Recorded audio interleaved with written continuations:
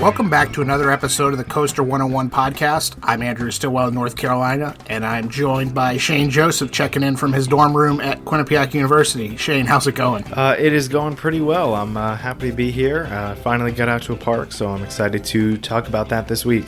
We've been slacking on the listener questions in recent episodes, and since Eric's not here this week, I figured we would start this episode with a couple of listener questions that we've gotten over the past couple of weeks. The first question, Darius tweeted at us, and he said, "What is the park with the best food, and what is the best meal you've had at a theme park?" And Shane, what's your view there? Well, this is kind of getting into what we talked about a few weeks ago on our food episode, which I would recommend anyone who is interested in theme park food check that out because we go into a lot more detail. But off the top of my head, I would say the best food that I've had, I'm not including resort parks in this question in particular, so no Universal and Disney this time, but those would be the best for me. But besides those, I had great food at Busch Gardens in Tampa. They have a lot of great selection. I think a lot of it is made there, which is definitely nice. They have a nice kind of steakhouse restaurant where you can get some barbecue, and that's right next to the splashdown on She-Crest. You can sit down and watch the coaster go by as you have some nice barbecue. And I also had some nice food at the Efteling Park in the Netherlands. They had some really unique food that I got to try there that I can't really get at any parks around here. So having some of those food and trying some of the different styles that you got at that park was really cool. As a North Carolinian, I'm going to take only minor offense to you considering a steakhouse to be barbecue, but that's that's another topic for another episode, apparently.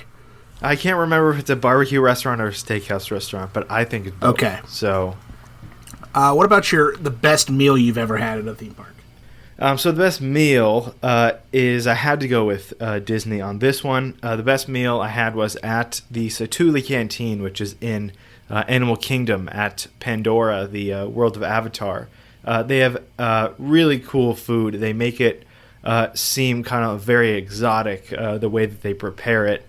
They've got a bunch of different styles of bowls that you can make and put different meats in and different types of noodles and have some cool sauces, some really unique mixes and things like that you can put in it. And all the ingredients they use are just really fresh and they taste good. It's prepared really well, and it's just a fun restaurant in general.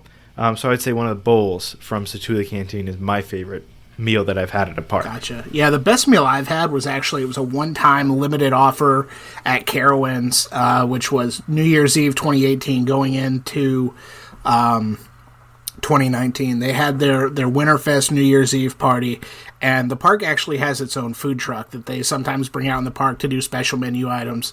And at the time, their head chef, he put together this beef tenderloin and boars and cheese sandwich. It was on a focaccia bread that was made in-house. It was so tasty. The beef was better than anything I've ever had at a theme park. I think about that sandwich so much. As far as best food, I've got to probably go Busch Gardens Williamsburg park-wide. They've got a little bit of everything. They have a barbecue restaurant, not a steakhouse. But they've got Marco Polo's Marketplace. They've got some good Irish fare in Ireland. But, their cuisine kind of lends itself very well to the various regions of Europe, which the park is themed after. But I will say parks like Carowinds and King's Dominion and Kings Island, I've been seeing a lot of their stuff on Twitter recently.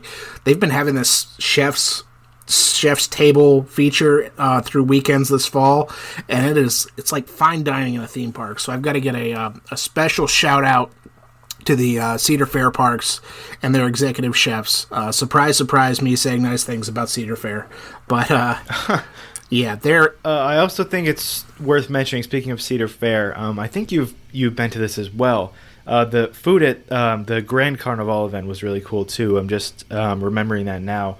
They've got that at select times of the year. Like you said, kind of similar to Busch Gardens Williamsburg. They've got a taste of food from all over the place, which is really cool. I liked trying some of those things too. I'm going to do one other question and this is by Clint, who is he's a friend of the podcast, and actually wrote an article for Coaster101 way back in the day about his trip to the Harry Potter experience in London, the Harry Potter studio tour. So check that out if you want to learn more about that.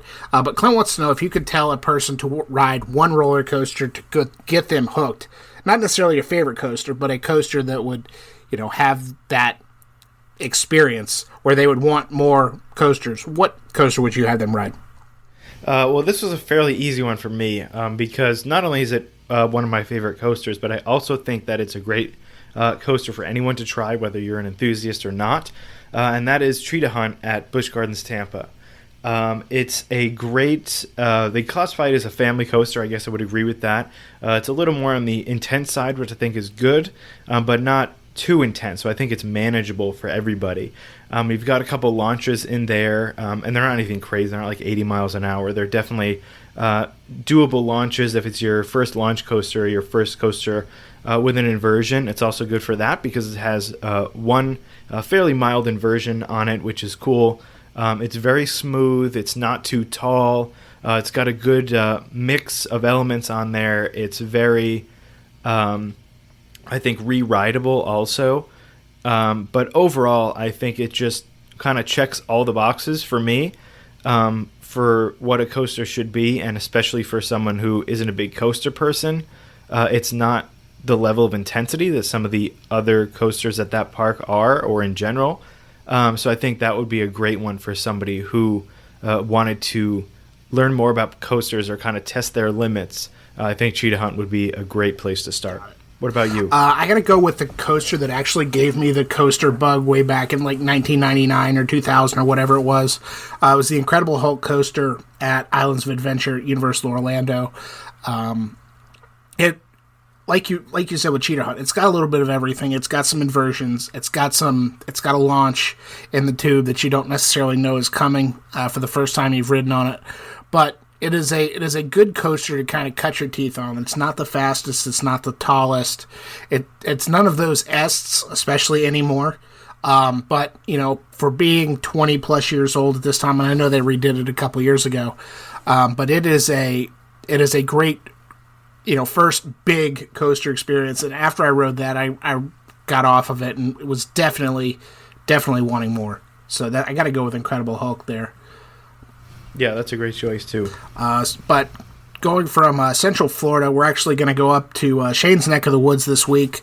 We're going to expand our Coaster101 Guide 2 series, and we're going to talk about one of Shane's local parks, Quassy, which is located in Middlebury, Connecticut. Shane, what can you tell us about Quassy's history, and what's your own personal history with the park?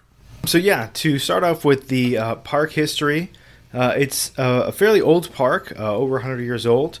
In 1908, the park was founded as a stop along a trolley line between Waterbury and Woodbury, Connecticut. And it's actually one of the 11 trolley parks still left here in the United States. And it's one of the few parks that I can think of off the top of my head that is free admission to go in and then uses a ticket system. The only other ones I can think of are Knoebels, Luna Park at Coney Island, and I think Mall of America is free entry. I'm not entirely sure, but those are the ones I can think of off the top of my head. So it started off that way as basically just a trolley stop on this lake, and then as it became a more popular destination for people using the trolley, it became more of a resort area, which is how most of these type of parks start. They get picnic tables or a dance floor or something like that to make it more of a destination and not just kind of a stop along the route. And then a little later in 1937, based on that success, some businessmen purchased the property and began to develop it more into that entertainment area. Specifically, after World War II, Quassy established itself as a real amusement park. They added a steel kiddie coaster in 1952, which is still there, an Alan Herschel kiddie coaster, which was a very interesting experience. I'll talk about that. And then they had a Wild Mouse for a time as well, but then that was replaced in 2011 with Wooden Warrior, which is the reason that most people know about Quassy, kind of put them on the map. Wooden Warrior is a gravity group family wooden coaster, and that is their latest coaster edition. Gotcha. And I mean, you're from that area. Did you grow up going to Quassy? No, not really. Quassy is actually closer to where I go to school here in Connecticut than it is to my house, so it wasn't that kind of local park as a kid. I didn't start coming here until last year, actually, and while I was at school. And it's a great little park. It's close enough to me to make it kind of a day trip. If I just need to get on a coaster or two, I can go down there and just get a couple tickets, ride Wooden Warrior a few times, and hang out by the lake, do some flat rides. But ever since I found out about it last year, I always recommend it if anybody's up in this area looking for a weekend activity or something for a vacation or a long weekend. It's a great family destination, and you can definitely make a day out of it if you try. Gotcha. And you mentioned earlier you took your first visit of the abbreviated 2020 season to Quassy this past weekend. I guess the easy question: how was it? It was great. So I was actually down there for they have an Oktoberfest event that was Saturday and Sunday. So that when I saw that they were having that event, I thought that was a good opportunity to get back down to Quassy, and it was a great time. It's actually funny that we had that listener question because I brought some friends to the park who are not big on coasters. So I figured this was a good opportunity to kind of show them Wooden Warrior was a great kind of introductory coaster because, again, family coaster, not too intense. But I'll get to that in a second. But overall, the park is great. It's really well maintained. It's similar when I went last year. I think it was even less crowded. But this year, even with the event, there was a lot of people there, but they were kind of spread out. The park did a good job with all the COVID policies and everything. So there's plenty of distancing on the ride and sanitizer available. I think they just did a great job managing the event and managing the people they had. A little bit more about the event in general. They had a ticket deal, which was a great deal actually, where it was $25. You get an all-day ride wristband, and then you get a meal at their Oktoberfest event. And I got a knockwurst, which is like a sausage, and then you could pick two sides with it. So I got some French fries and roasted vegetables, and it was very good. It was a very, very good meal. Definitely did not feel like theme park food, which is always a compliment. I think that the event in general was really well put together. It was a great deal. There was a lot of people that were down in that pavilion. They were really enjoying the event. They had some live music. They had a band playing German songs, which was fun. And there's a large field where the event was set up that Wooden Warriors actually surrounding it, which was really neat. You got some great views of the coaster while you were enjoying the event. So overall, the Oktoberfest was a really great event, and it was definitely a good reason for me to get back out to that park. Sure. I know it's a smaller park in the fall, but was it particularly crowded? Was it manageable? I mean, were you waiting a long time for the rides? No, like I said before, it was certainly manageable. I think the longest we waited was maybe 10 minutes, 15 minutes at the most. They were doing a great job with managing the crowds, even with the distancing. So like on Wooden Warrior, they were only loading, I think, rows 1, 3, and 5, which is the front, middle, and back row because the trains are fairly small. So that was great. Even with the distancing, they kept the waits low all day. The operations were great. The ride operators were really efficient, which was awesome. And in general, everything about the operations that day were very smooth. Even when it seemed like there were a lot of people in line, the line was usually fast moving, and for something like the bumper cars or something where you can get a bunch of people in there at once. So yeah, I would say the crowd managing throughout the day was really good. Like I said, we barely waited for anything at all, actually. Perfect. Well, we are a roller coaster podcast, and as you mentioned, Quassy has 2 coaster credits. They've got the 1950s era Alan Herschel kiddie coaster. Anything worth reporting on that? Well, yeah, actually, I didn't go on it last year because I was too proud. The person that I went with last year was also not a coaster person, didn't want to go on it, and I'm not somebody who rides kiddie coasters just for the credit, so I skipped on it last year. But this year I went with a few people that were more willing, so I decided, well, if I'm not the only weirdo on this kiddie coaster train, then that's okay. So I did end up going on it. It was pretty fun. It was a good experience. They actually send you around for 2 laps, which is cool. Super simple layout. I think it's like probably 30 seconds from start to finish. But it's pretty fun. There's a few little airtime hills in there. And it's kind of cool just because it's sort of a piece of history. Just because it's an Alan Herschel coaster. I've never really seen anything with that track design. It was pretty different than a lot of other older kiddie coasters that I've been on. So that was cool. And then also they have Wooden Warrior, which we talked about earlier. That is their 2011 Gravity Group family coaster, which is a fantastic coaster. This is still the only Gravity Group coaster I've been on to date, I believe. And it just makes me want to go out and ride all of them because it is so smooth, despite it, not having the height that other wooden coasters have or the speed. What it's able to do with that area and with that layout is really, really impressive. The airtime on this coaster is better than I've gotten on some newer coasters or newer steel coasters even, especially with those Timberliner trains are awesome. Those are actually the first Timberliner trains in North America, which is really neat, and I can see why they caught on for sure, because they're super comfortable. The restraint is very non-restrictive.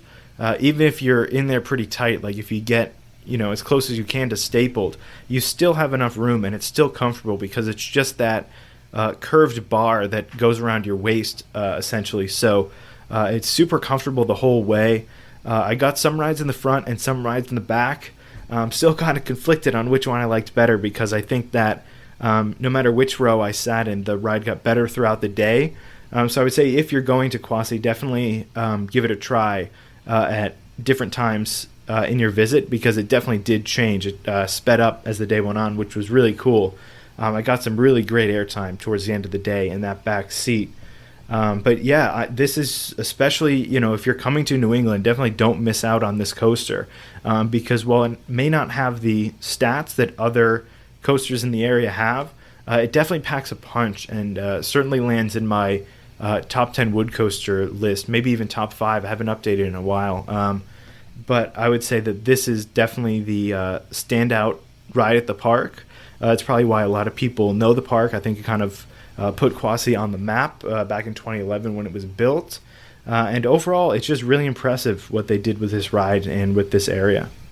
Yeah, those Gravity Group family coasters, they're starting to pop up more and more places. I know Kentucky Flyer, Kentucky Kingdom, Oscar's Wacky Taxi at Sesame Place in Pennsylvania, and I think Rorosaurus up there in New England somewhere, I believe in New Hampshire. Yep, Storyland. Yep. It is a type of coaster I've yet to experience. I've been on a couple of other Gravity Group rides, but never one of the family coasters, and I really, really want to, just because, like you said, I think they pack the punch for the enthusiasts, but they're the perfect ride for, a younger, as we call them, thrill seeker in training. So I think for sure, it sounds like Quassy definitely has a winner on their hands with Wooden Warrior, and I know it's typically in the latter half of the Golden Ticket Awards and has been for the last 10 years for the or 10 or so years for the best wooden coaster. So I know it always finishes within the top 50. So it's definitely deserves a spot on that list. Perfect. What about some other rides at Quassy that are worth talking about? Well, it's kind of interesting because Quassy has a great mix of some newer flat rides and some classic flat rides. Something I did notice is that most of the flat rides at the park are SBF Visa flat rides, so I'm assuming they must have like some sort of deal or something with SBF because they have a lot of their rides there. And they're all great. Some of the two newer ones, one of them is called Reverse Time, which is sort of like those Wipeout rides where you're facing the outside, which I think Reverse Time was put in 2016. It's similar to like the Cyborg ride at Six Flags New England, or Great Escape has one as well. Kind of those Frisbees. Yes, yeah. So it's one of those. That one's a lot of fun. They also have a newer one called Frantic, which is a pendulum ride, sort of like the Discovery rides or the Huss rides, but it's much smaller. I think it only seats about 8 people, and it's one of the ones that inverts, so it will spin and hold the car upside down, which is it's a very intense ride. I think that's probably the most intense ride at the park. I didn't get a chance to do that this year, but I did go on it last year, and it's one of the more fun, intense flat rides I've been on. It's very disorienting. I'm a person who's not a big fan of being held upside down for long periods of time on rides. So like those super loops I really don't like. But this ride, it wasn't too much. It was just enough to get that thrill without being overwhelming. And then, like I mentioned, they also have some great classic flat rides. They've got a tilt-a-whirl, some bumper cars, one of those flying bobsled, the Matterhorn rides. And they've got a smaller kind of drop tower. It's almost more of a frog hopper than it is a drop tower. But I just had a lot of fun on that one. I hadn't been on one like that before. It's not like the Space Shot or anything. It brings you up slowly a few times and then drops you twice to get down to the bottom. It's just very charming, the way that they have all those rides. And the park in general definitely has that New England charm to it, especially being on the lake. It's just a really great setting, and these classic flat rides fit in perfectly. Got it. Is Quassy a park that's geared more towards families?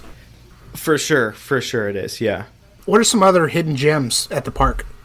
Something that I've been wanting to do. We still did not get on it this time. We didn't have time. It just didn't line up.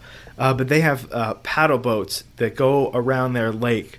And I just think that that's the perfect attraction for this park. It is an upcharge, which is one of the reasons that I skipped on it this time. But especially as it gets more into the fall and as the leaves start to change, going out on those paddle boats in that lake at that time of the year would really be stunning. And they've got another boat as well, like a gas-powered boat that has a lot more people that they'll take out as well with a tour guide. That's an upcharge also. But I would say if you're there, definitely give those a try, because not only will it help take some time out of the day, just because you can spend a whole day here if you want to. Like, we were there from I think 11 until 4, and we had done each ride a few times. But if you're really trying to make a day out of it, I would say any of the boat options on the lake would be a really great choice and give some awesome views of the park. And you mentioned it was free entry, but it's kind of a pay per ticket per ride. If you're looking to ride Wooden Warrior, what's that going to set you back? A couple of bucks?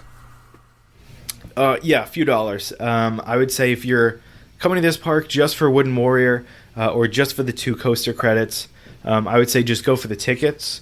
I think it's like $250 maybe a ticket. I didn't check because we had the wristband when we went. But if I'm remembering correctly, I think it's about $250. So that being said, though, you know it's definitely a re-rideable coaster, and the wristbands are fairly cheap. So if you are going, I would definitely look at all the options. They have them all there on their website.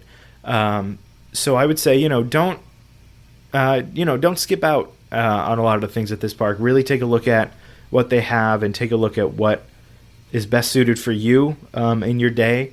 Because if you're just coming for Wooden Warrior and the kiddie coaster, you could be out in 10-15 minutes if you really just wanted to get those and move on. But I wouldn't recommend doing that. I would recommend staying for a little longer and really getting everything out of the park that you can.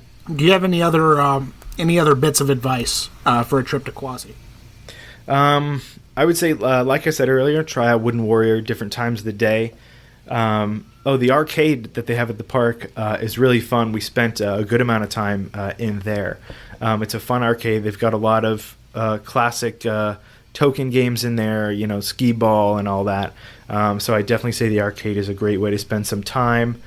And the other thing I would say is if you are just looking to get some credits at this park, This is a great park to do in the same day as Lake Compounce.